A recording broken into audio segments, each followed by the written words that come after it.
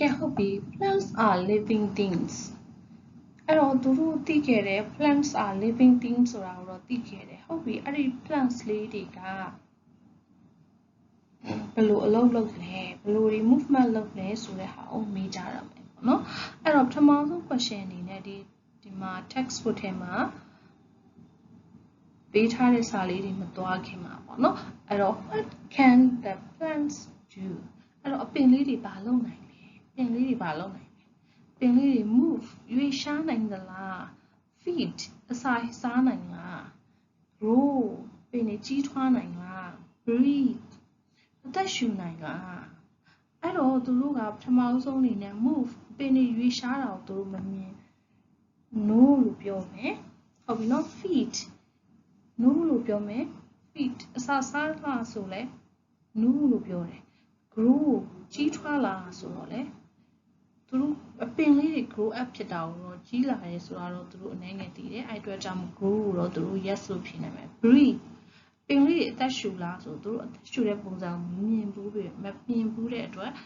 no ဖြေမယ်ဒါမှမဟုတ်ရင်လည်း yes ဖြေမယ် okay ဒါဆိုရင်ဒါလေးတွေကိုမေးပြီးရင်ဟုတ်ပြီသူတို့စီကအဖြေက yes လည်းဖြစ်နိုင်တယ် no လည်းဖြစ်နိုင်တယ် okay အားလုံးကိုအဆက်လက်ခံထားပေးမယ်အဲ့လိုလက်ခံထားပြီးတဲ့အခါကျမှကဲဟုတ်ပြီဒါဆိုရင်အပင်လေးတွေဘယ်လို movement လုပ်တယ်လဲအပင်လေးတွေဘယ်လိုအစာစားတယ်လဲနော်အပင်လေးတွေဘယ်လို grow up ဖြစ်တယ်လဲအပင်လေးတွေဘယ်လိုမျိုး breathe အသက်ရှူတယ်လဲဒီ breathe ကဒါဆိုအပင်လေးတွေအတွက်ဆိုရင် taking air လေလေးကိုရှူတယ် taking air ကိုသုံးမယ်လူတွေအတွက်ဆိုရင်တော့ breathe ကိုသုံးမယ်နော်အဲ့ဆိုရင် what is the plant doing ဒီပင်လေးမှာဆိုဒီပုံလေးဒီပထမပုံလေးမှာဆိုရင်ဒီပင်လေးကဘာလုပ်နေသလဲနော်အဲ့တော့ဒီပင်လေးတွေဟာ growing towards a window they need sunlight to make food အဲ့တော့အပင်လေးတွေဒီမှာဘယ်လို movement လုပ်သလဲဘယ်လို feeding လုပ်တယ်လဲဘယ်လို grow up လုပ်တယ်လဲဆိုတာကိုရှင်းပြပေးမယ်နော်အဲ့တော့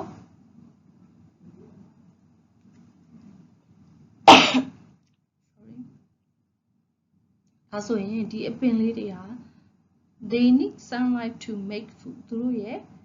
အစာချက်ဖို့အတွက်သူတို့ sunlight ကိုလိုတယ်အဲ့ဒီတော့ sunlight ရှိတဲ့ direction လေးတွေကိုသူတို့ဘယ်လိုမျိုးလေးတွေဦးတည်ပြီးတော့ grow up လုပ်သွားတယ်ဆိုတာကိုဒီဗီဒီယိုလေးကိုပြပြီးတော့ရှင်းပြမယ်ပေါ့နော်အဲ့တော့ကြည့်လိုက်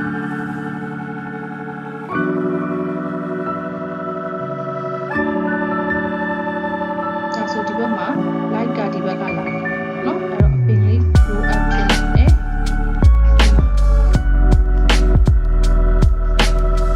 These plants are facing to the light ပင်လေးတွေဆိုရင်တော့ grow up လုပ်တယ် to make their own food တို့ရဲ့ပိုင်စားလေးကိုချက်ဖို့နော်အဲ့တော့ light direction ဒီဘက်ကလာနေတယ်ဒီဘက်ကဟုတ်ပြီ changing light direction အော် light ကဒီဘက်ကဖြစ်သွားတဲ့အခါမှာဒီက bending and facing to the sun သူတို့အဲ့လိုနဲ့တဖြည်းဖြည်း grow up လုပ်သွားတယ်ဆိုတော့ပြရတယ်နော်အဲ့တော့အလင်းရောင်ရတဲ့ဘက်မှာဒီ grow up အလင်းရောင်မရတဲ့ဘက်မှာဆိုပင်လေးတွေကဒီမဲ့ they can die တေးနိုင်တယ်အလင်းရောင်ဆက်ပြီးမရတော့ဆိုတေးနိုင်တယ် but light ကိုချိန်လိုက်တဲ့အခါမှာတော့ဒီမှာကိုယ်ပြန်ပြီးတော့ grow up လုပ်နိုင်တယ်ဒီဘက်ကဟာလေးဆိုတော့ဘာဖြစ်သွားလဲဒီမှာ they are bending to pin they can die တေးနိုင်တယ်နော်ဒါပေမဲ့ they are growing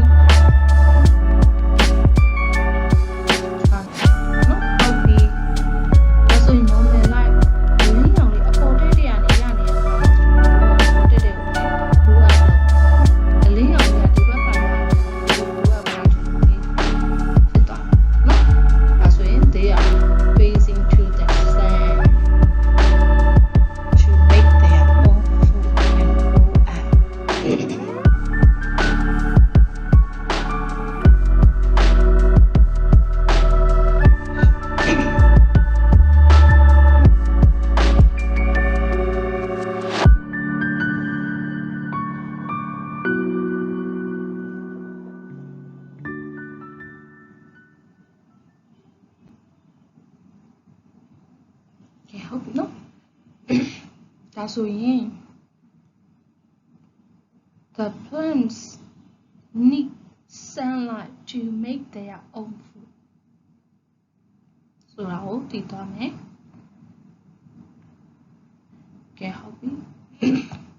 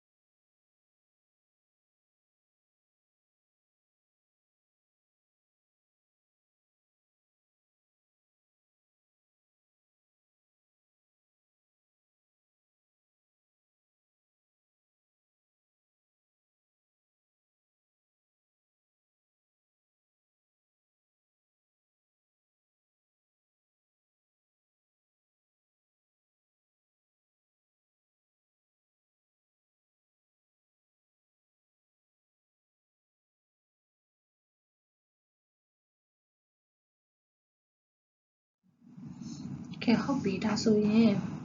နောက်ထပ်ဆက်ပြီးတော့ page လေးမှာဆက်သွားထားမယ်အဲ့တော့ဒီအပင်လေးတွေကိုပြပြီးတဲ့အခါမှာဒါဆိုရင် different types of plants လေးတွေဖြစ်တယ်ဟုတ်ပြီနော်သူတို့ကဘယ်လိုတွေအစာချက်ကြတယ်လဲ how do the plants make food သူတို့အပင်လေးတွေကဘယ်လိုအစာချက်ကြတယ်လဲဟုတ်ပြီနော်အပင်တစ်ခုနဲ့တစ်ခုအစာချက်တာချင်းတော့တူတယ်ဒါပေမဲ့သူတို့ရဲ့ grow up ဖြစ်တဲ့ဟာလေးကမတူကြဘူးဘယ်လိုမတူတာလဲသူတို့အလင်းရောင်ကောင်းကောင်းရနိုင်တဲ့နေရာမှာဆို grow up quickly ဖြစ်ပြီးတော့မှအလင်းရောင်ကောင်းကောင်းမြင်ရတဲ့နေရာမှာဆိုရင်တော့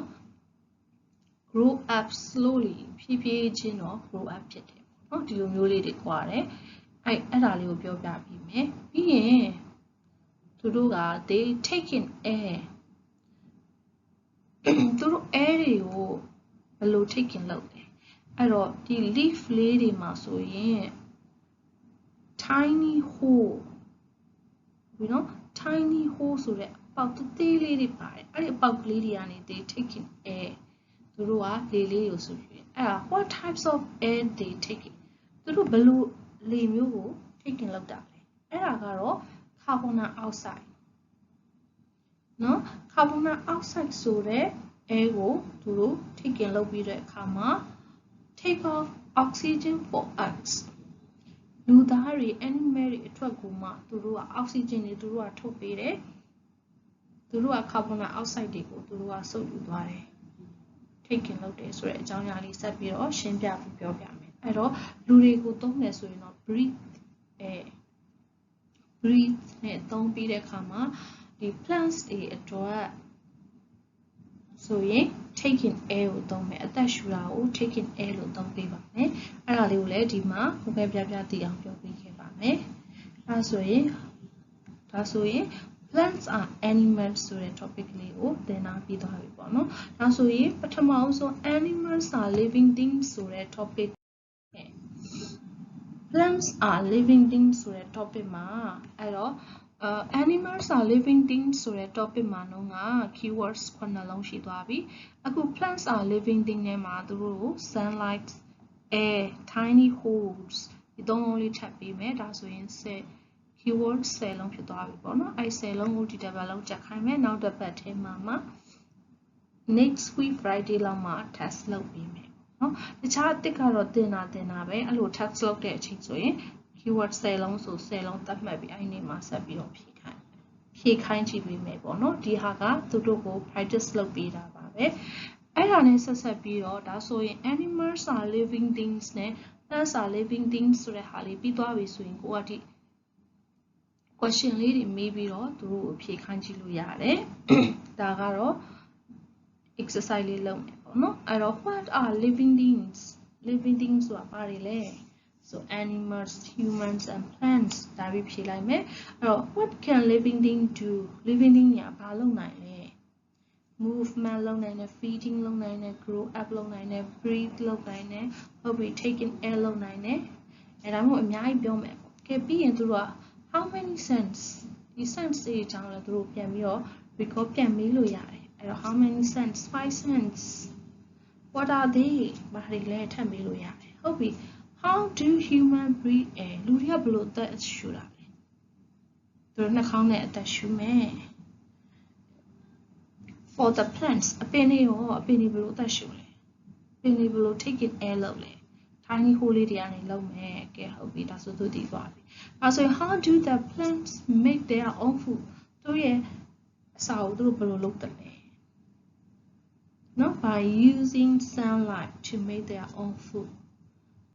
သူတို့ဒါဆိုရင်သူတို့ရဲ့အလုပ်လုပ်တဲ့ plants တွေရဲ့အလုပ်လုပ်တဲ့ function of the roots တွေ function of the stem တွေ function of the leaves တွေကိုတော့နည်းငယ်လေးရှေ့မှာရှင်းပြခဲ့ရနောက်တစ်ခုက what do the plants need to make food plants တွေကအစာချက်လုပ်ဖို့အတွက်ဘာတွေလိုအပ်တယ်လဲကဲနောက်တစ်ခုက what do living things need living things တွေကဘာလိုလဲဒါဆိုရင် water air food ဒါတွေကအဓိကလုံးပေါ့နော် for the animals what do the animals need to survive ဖြစ်ဖို့အတွက်ဘာတွေအဓိကလိုရလဲ food water air ဒါတွေအဓိကလုံးပဲ for the animal for the human ဆိုရင် food water air shelter also နော် shelter ကတော့ cover from the sunlight so cover from the weather ဟုတ်ပြီနော်နေရောင်တွေကနေကာကွယ်ဖို့ shelter အောက်မှာပဲနေကြတယ်နော် bad weather တွေကနေကာကွယ်ဖို့ shelter အောက်မှာနေကြတယ် what do the plants need to survive အပင်တွေအတွက်ဆိုရင်နော် air water sunlight အပင်အတွက်ကတော့ sunlight ပို့တယ်နော်အဲ့တော့ဒီ question လေးတွေမေးပြီးတော့ exercise လေးလုပ်လို့ရတယ်